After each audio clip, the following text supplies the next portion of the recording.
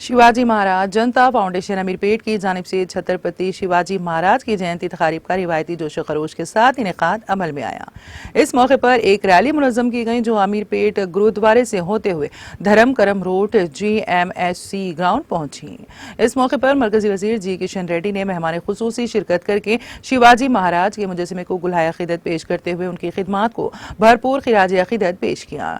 इस मौके पर जनता फाउंडेशन के जिम्मेदारान की जानिब से मरकजी वजीर किशन रेड्डी की शॉल पोशी और गुल पोशी की गई।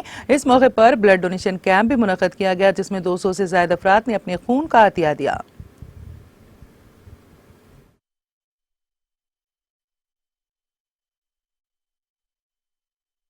और हमारे कमेटी का नाम जानता राजा फाउंडेशन है।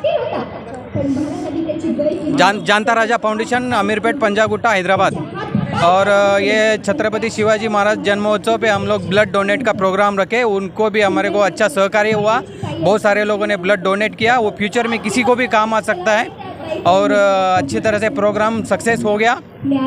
बस डोनेट का रहता 50-100 जन, टारगेट 200 का है, लेकिन म्यूनसिपल GHMC ग्राउंड में हमारा रैली का मंडल ऑफिस से यहाँ रैली का प्रोग्राम हुआ। अमीरपेट से पूरा मिला के MCX ग्राउंड तक रैली का प्रोग्राम हुआ और यहाँ पे अभी शिव चरित्र के ऊपर व्याख्यान हो रहा है